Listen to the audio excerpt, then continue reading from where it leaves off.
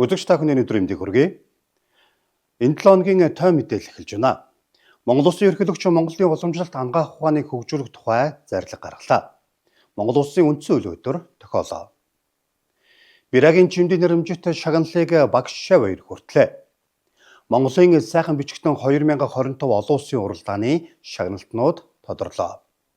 Засгийн газрын гишүүд аймаг нийслэлийн иргэдийн төлөвчдийн хурлын дарга засаг дарга нарын нэгдсэн уулзалт боллоо. Өвөр ханган аймгийн нийт нутгийн 80% нь застай байна. Эдгээр болон бусад мэдээллийг та бүхэндээ тоомлоо өргөнэ. Эхний мэдээллийг та бүхэндээ өргөе. Монгол Улсын ерөнхийлөгч ухнаагийн хүрэл зүх Монголын уламжлалт хангаах ухааныг хөгжүүлэх тухай зарлиг гаргалаа.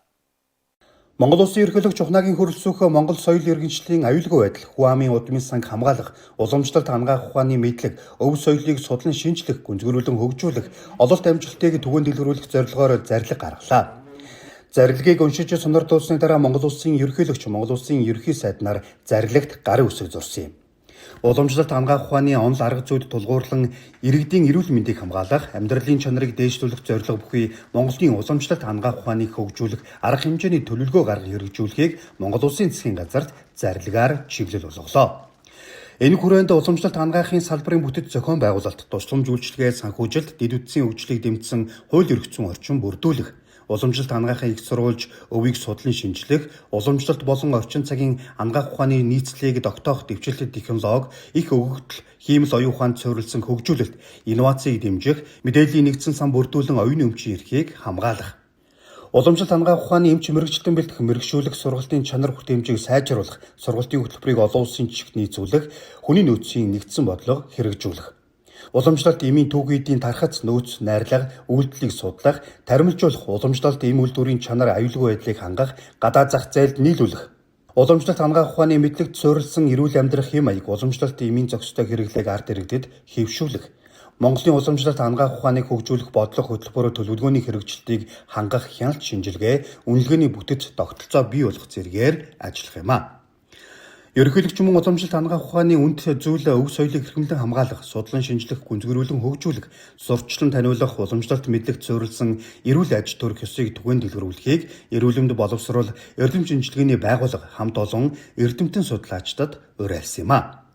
Одоо уламжлалт хангаах ухааны салбарт хэвтэн эмчтүүлэх 44 мянган гаруй ор бүхий 80 гаруй эмнэлэг, 1277 эмч, 457 совилогч эмнэлгийн мэргэжилтэн ажиллаж байна.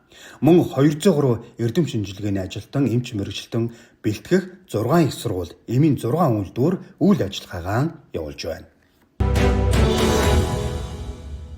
Монгол Улсын үндсэн үйл өдөр тохиолоо. Монгол Улсын үндсэн үйл өдрийг тохиолдуулан Улсын хурлын тамгын газраас жил бүр уламжлалт болгонд зохион байгуулж байгаа үндсэн хуулийн уншлага боллоо.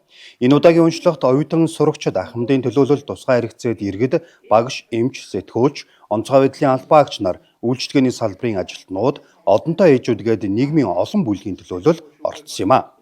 Монгол Улсын үндсэн хуулийн онцлог зүйл заалтыг үг үсгчлэн уншсан юм. Орчин цагт парламентуудад төлөөлөх хууль тогтоох хян шалгах уламжлалт чиглэлүүдийн дээр нэгэн чухал үүрэг нэмэгдсэн нь үндсэн хуульд ёсыг түгээн дэлгэрүүлэх, олон нийтэд танин мэдүүлэх, иргэдийн соён гэгэрүүлэх чиг үүрэг юм а. Дэлхийд дахинд парламентын боловсрол гэж товчоор томьёолж байгаа энэ чиг үүргийн хүрээнд Монгол Улсын хурл тамгын газраас иргэд тэр дундаан залуучууд хүүхдүүдэд чиглэсэн соён гэгэрүүлэх хөтөлбөрийг албан ёсоор хэрэгжүүлж байгаа. Үүний хүрээнд явуулж байгаа нэг гол үйл ажиллагаа нь үндсэн хуулийн уншлага болохыг Улсын хурлын ерөнхий наримчгийн дарга үлцэг сайхан дурдсан юм а. Уншлагаараа Монгол Улсын үндсэн хуулийн оршил хэсгийг Монгол Улсын гавьяат багш Отгон Туяа дуудсан бол тэрэгцэртэй иргэн од ирээдүй 2 дугаар зүйлийг мужаан, тогооч, үйлчлэгч, төрийн албаагч, ахмад настан, сэтгүүлч, харааны болон сонсголын бэрхшээлтэй иргэд хүний хэрэгчлөөний тухай 2 дугаар бүлгийн 16 дугаар зүйлийг заалтаар нь эхийн алдар одонтой алдар тех алтан заяа нөхөр хүүхдийн хамт 17 дугаар зүйлийг дуудсан юм а.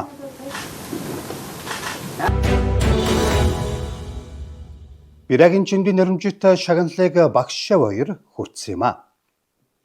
Монгол Улсын төр нийгэм зүтгэлтэн Монгол Улсын хөдөлмөрийн баатар, ардын багш гавьяат хуульч доктор профессор Бирагийн чимдийн нэрмжит шагнал гардуулах ёслол төрийн ёсол хүндэтгэлийг дахинд болсон юм а.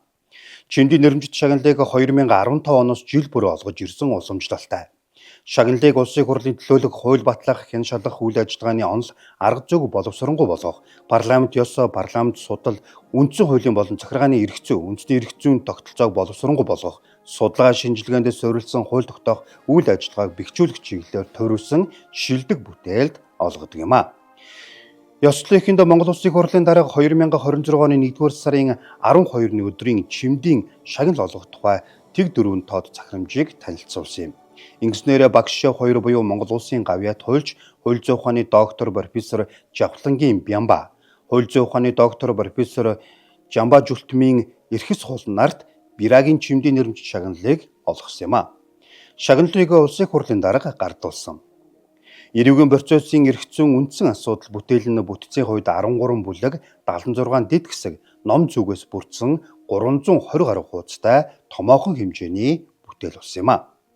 Эрүүгийн процессын эрх зүйн ерөнхий тусгай ангийн асуудлаас бүхэлд нь агуулснараа энэхүү бүтээл нь онцлогтой юм а.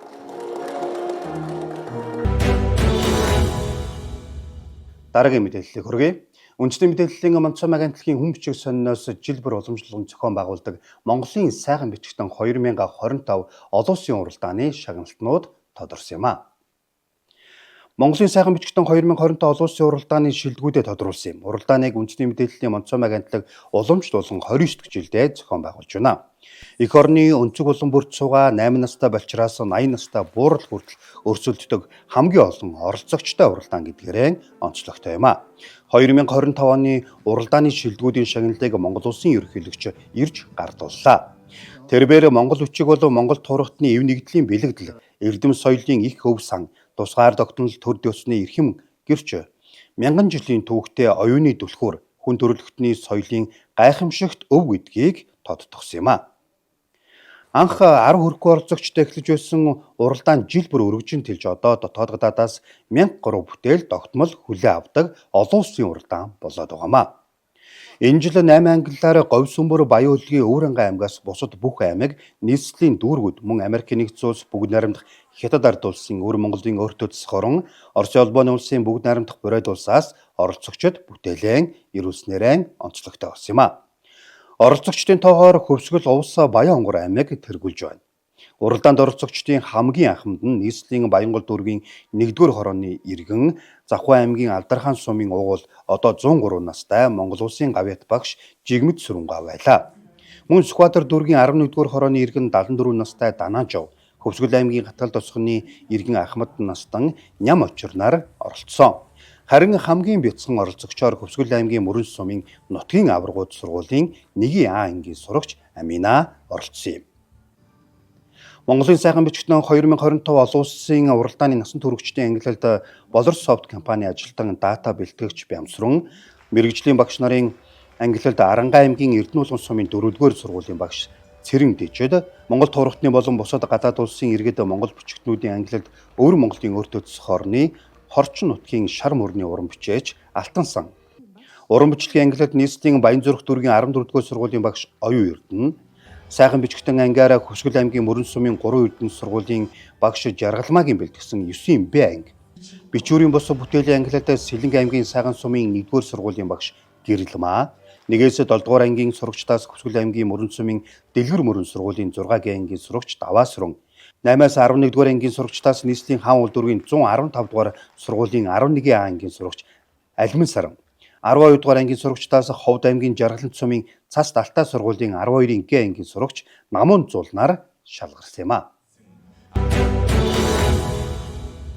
Төрийн ордонд засгийн газрын гишүүд аймаг нийслэлийн иргэдийн төлөвчдийн хурлын дарга засаг дарга нарын нэгдсэн уулзалт боллоо.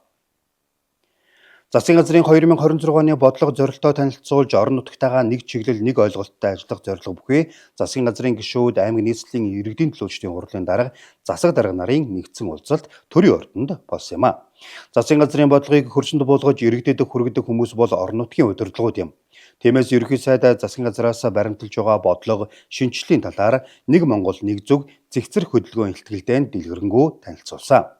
Монгол Улсын ерөнхий сайд засгийн газар хагас жилийн өмнө байгуулахдаа улс орны өмнө тулгамдсан олон асуудлуудтай нүүр тулсан.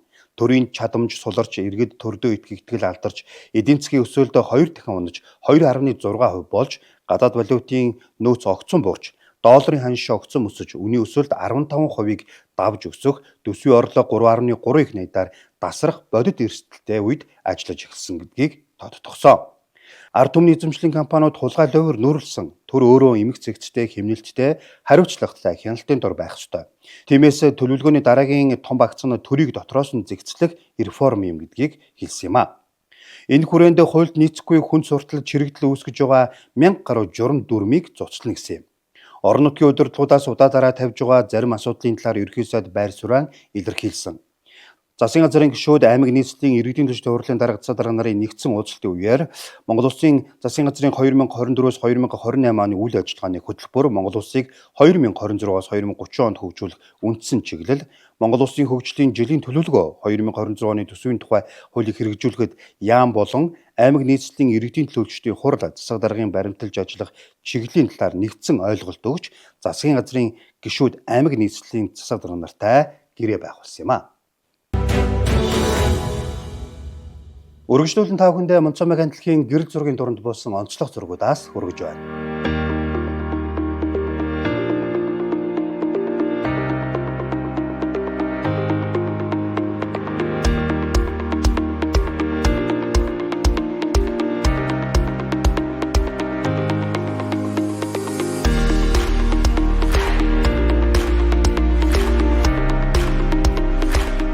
Дараагийн мэдээ хүргэе. 21 аймгийн сэтгүүлчдээс зэрүүлсэн мэдээллүүдээс энэ удаад Өрөнгө аймгийн сэтгүүлч Батчимгийн бэлтгэсэн мэдээллийг онцолж байна.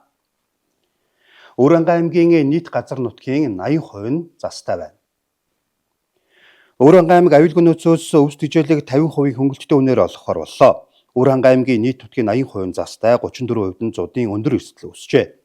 Зарим сумдуудад засны дузаан 60 см, хунгар газраан 100 см байна. Тиймээс аймгийн онцгой комиссийн шийдвэрээр өвлжилт хүндэрсэн сумдад өвс тэжээлэх хуваарлах шийдвэрийг гаргажээ. Өвс тэжээлийн нөөцийг 50-аас доош хувиар бүрдүүлсэн сумдад хариуцлага тооцоохыг аймгийн засаг дарга мэдээлсэн байна.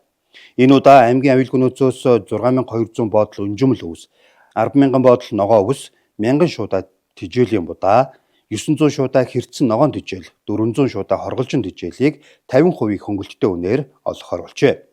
Энэ онд 133.8 мянган мал бүхий 242 малчин өрх 14 аймгийн 50 сум дотроор өвлжиж байгаа бол 120.7 мянган малтай 191 малчин өрх аймаг дотроо 13 сумд оторлож байна.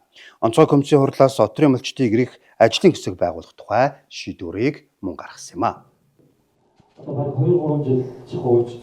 Үзэгч та бүхэндээ өнгөрөх 7 хоногт улс их оронд өрнөсөн онцлог үйл явдлын мэдээллүүдийг тоомлог хүргэлээ. Анхаарал хандуулсан үзэгч та бүхэндээ баярлалаа. Ирэх 7 хоногт шинэ мэдээллээр иргэн уулзъя. Баяртай үзэгч.